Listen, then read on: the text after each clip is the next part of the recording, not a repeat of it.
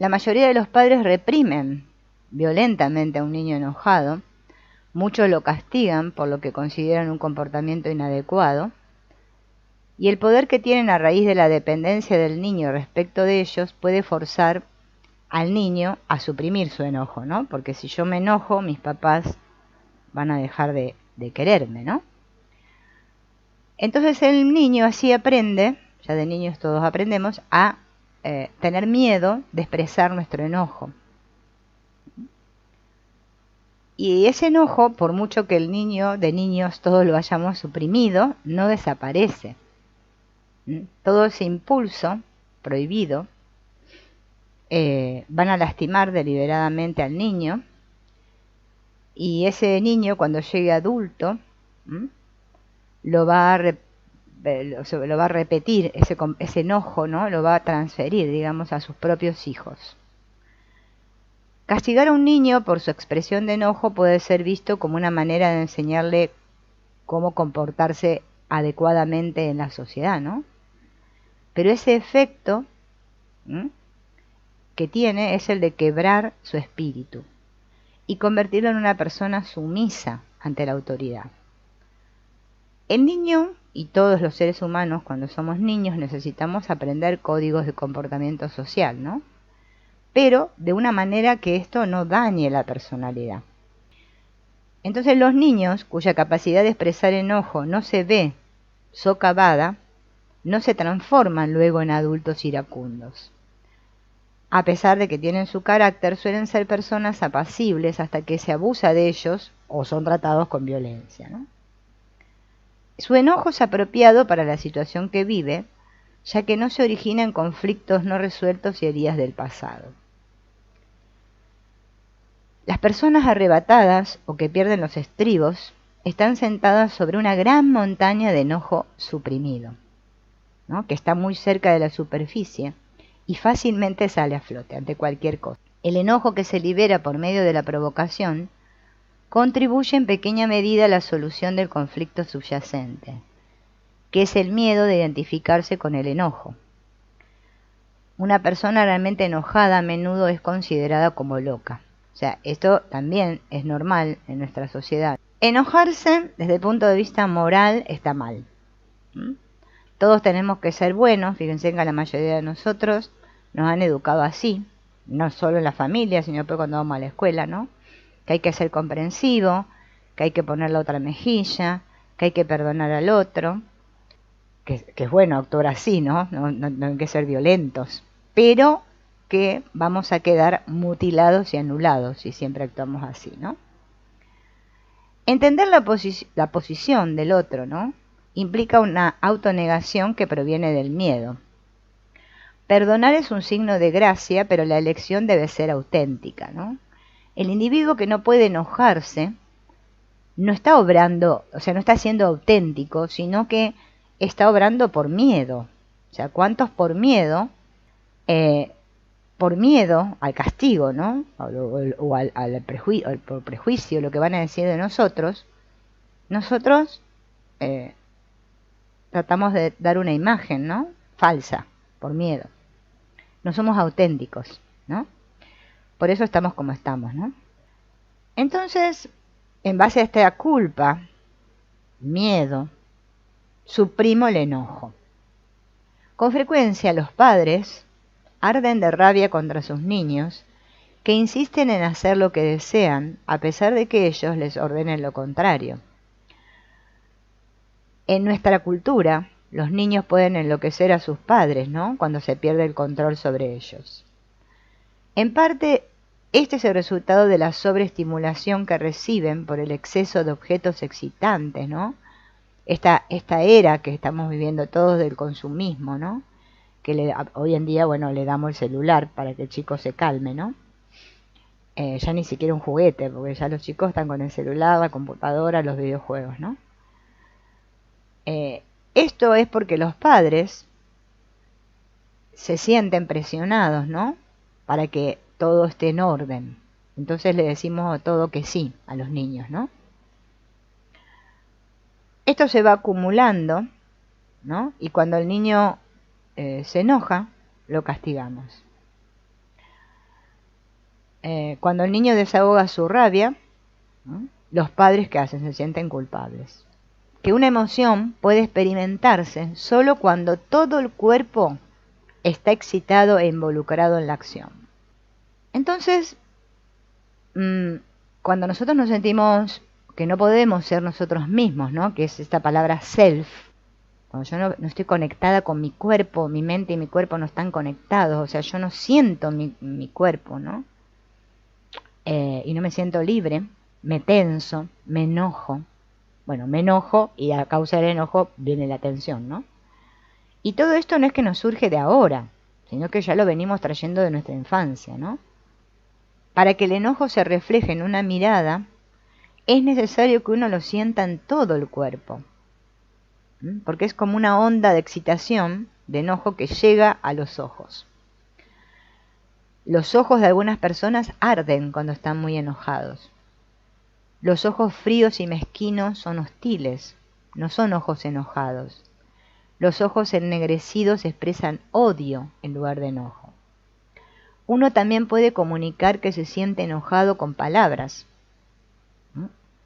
pero estas no expresarán el enojo a menos que las pronunciemos con un tono de enojo.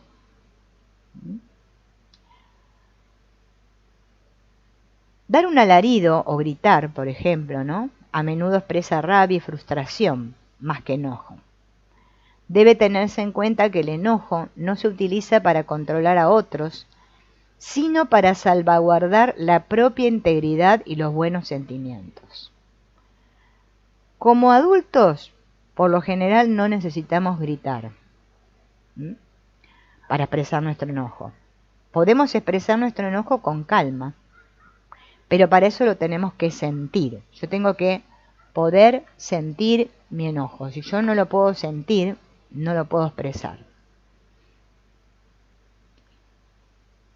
Para eso primero tengo que tener conciencia de cómo me siento. Por eso es tan importante, ¿no?, aprender a sentir qué nos está pasando, porque es que no somos conscientes. Después queremos ir al médico para que nos arregle, ¿no? Al traumatólogo, cuando es que nuestro cuerpo tiene la capacidad de autocurarse por sí solo cuando nosotros sentimos y podemos liberar todo esto, ¿no? Cuando un niño está sano, se enoja con facilidad y golpea, ¿no?, algo. Capaz que golpea, no sé, la puerta, algo. Cuando se sienten lastimados o frustrados, ¿no? Pero a medida que crecemos, vamos conteniendo ese enojo. El enojo, volvemos a decir, que se puede expresar en una mirada o con palabras. Este control consciente que yo hago de mi enojo, ¿no?, es necesario, ¿no?, porque es el equivalente a la coordinación y fluidez necesaria para su expresión. Una persona no puede desarrollar la capacidad para controlar a menos que también desarrolle la capacidad para expresar.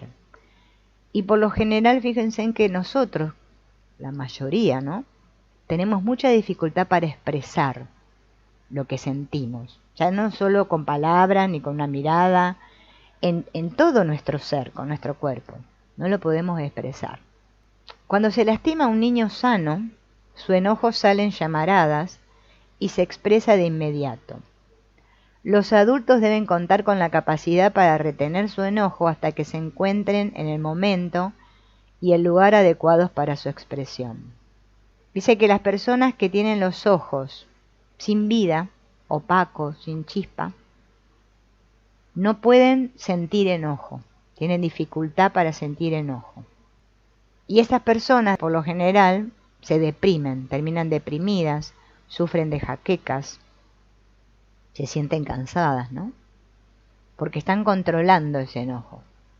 Todo músculo contracturado, ¿y quién hoy en día no se le contractura algún músculo? Porque a todos se nos contractura.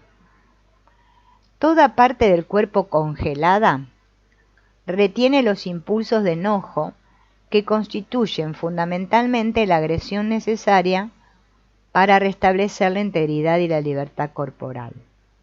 Los brazos y las manos brazos y manos son nuestros principales órganos agresivos.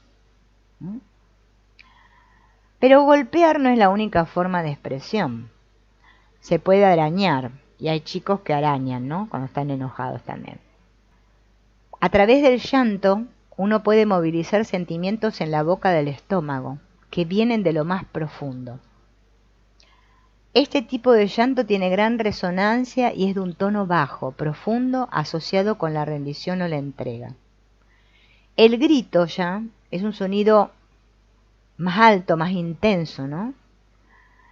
Que ya es como que hasta nos resuena en la cabeza, ¿no? Es lo opuesto a la entrega. Y pertenece a los sentimientos de enojo, ¿no? Cuando uno grita, vuelve a la cabeza. La carga energética asciende, ¿no? Estamos más en el ego cuando hacemos esto. La carga energética que asciende, ¿no? Y termina en un grito, inunda el ego y por un momento lo desborda. Es en ciertos aspectos opuesta a la carga que desciende como excitación sexual y culmina en el orgasmo. En ambas acciones, en el grito o en el acto sexual, ¿no? El cuerpo se libera de ese control del ego y representa una rendición del ego. El pasado no puede cambiarse, pero sí se puede liberar de estas limitaciones. Estas limitaciones pueden reducirse liberando y expresando los impulsos aprisionados. Esto hay que hacerlo en un marco terapéutico. No es que tengo que ir y decirle a mi madre todo esto que ya les dije, ¿no? Para mucha gente el amor es tanto la búsqueda del placer y la felicidad como la búsqueda de la seguridad. Siempre que una persona se siente necesitada, insegura o asustada, su búsqueda del amor se ve contaminada con deseos orales o infantiles insatisfechos y no comparte el placer y la vida con el corazón. Por otro lado, existen individuos que renuncian a su ego demasiado pronto. Estas personas no encuentran la gratificación que el amor promete porque se rinden a la otra persona, pero no se rinden a sí mismo. Y sin un ego, la persona se convierte en un niño, ¿verdad? Estas relaciones de pareja, ¿no? El niño que ve al otro como un padre o una madre, ¿no? Si es un hombre, ve a la pareja como una madre. Si es una mujer, ve a la pareja como un padre, ¿no? Para que lo gratifique. Este miedo a entregarnos al amor proviene del conflicto entre el ego y el corazón. Amamos con el corazón, pero cuestionamos, dudamos y controlamos con el ego. El corazón puede decir, entrégate, pero el ego dice, cuidado, cuidado, no te descontroles. Te pueden abandonar, te pueden lastimar. Porque, ¿dónde sentimos el gozo? En el corazón. El ego lo único que busca es sobrevivir, ¿no? Que viva el cuerpo, que siga sobreviviendo el cuerpo, ¿no? Anhelamos el contacto que hace que nuestro espíritu se eleve, que nuestro corazón palpite, nuestros pies bailen, pero el anhelo no se satisface porque nuestro espíritu está destrozado. Nuestro corazón está encerrado y nuestros pies no tienen vida. La excitación y el calor del amor producen un efecto de derretimiento en el cuerpo. Uno puede experimentar esa sensación de derretimiento en la base del vientre cuando el amor es un componente principal del deseo sexual. El amor ablanda a una persona.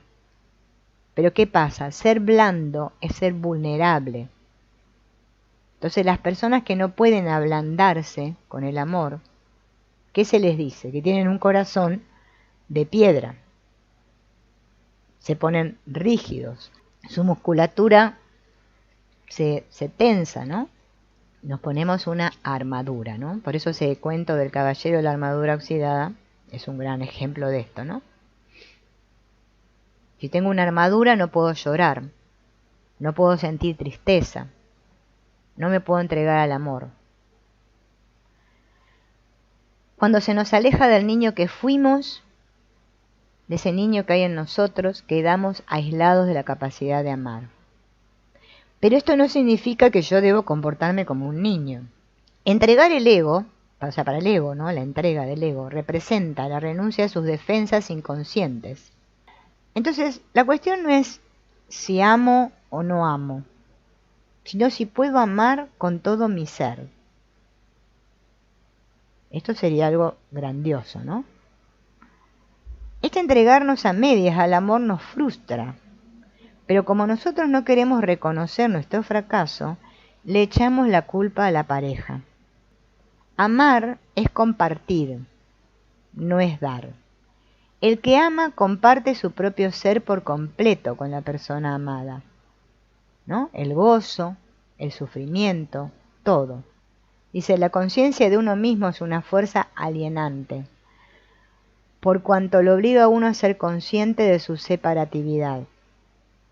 En el hogar uno era parte de la familia y encontró su identidad a partir de la posición que ocupaba en ese grupo. Esta identidad familiar se pierde, ¿no? Cuando vamos a la escuela, vamos a otros lugares. Tenemos que hacer nuevas relaciones. Pero si yo todavía estoy en la postura de niño y estoy apegado a mi familia, si este amor es sano, me libera y puedo entablar buenas relaciones con los demás. Pero si yo estoy aferrado a mi familia, no me puedo relacionar con otros. Es esta postura de la persona que quiere ayudar a su pareja, a que cambie su pareja, ¿no? Y lo único que va a obtener es dolor, porque su pareja no va a cambiar nunca, ¿no? La que tiene que cambiar es ella.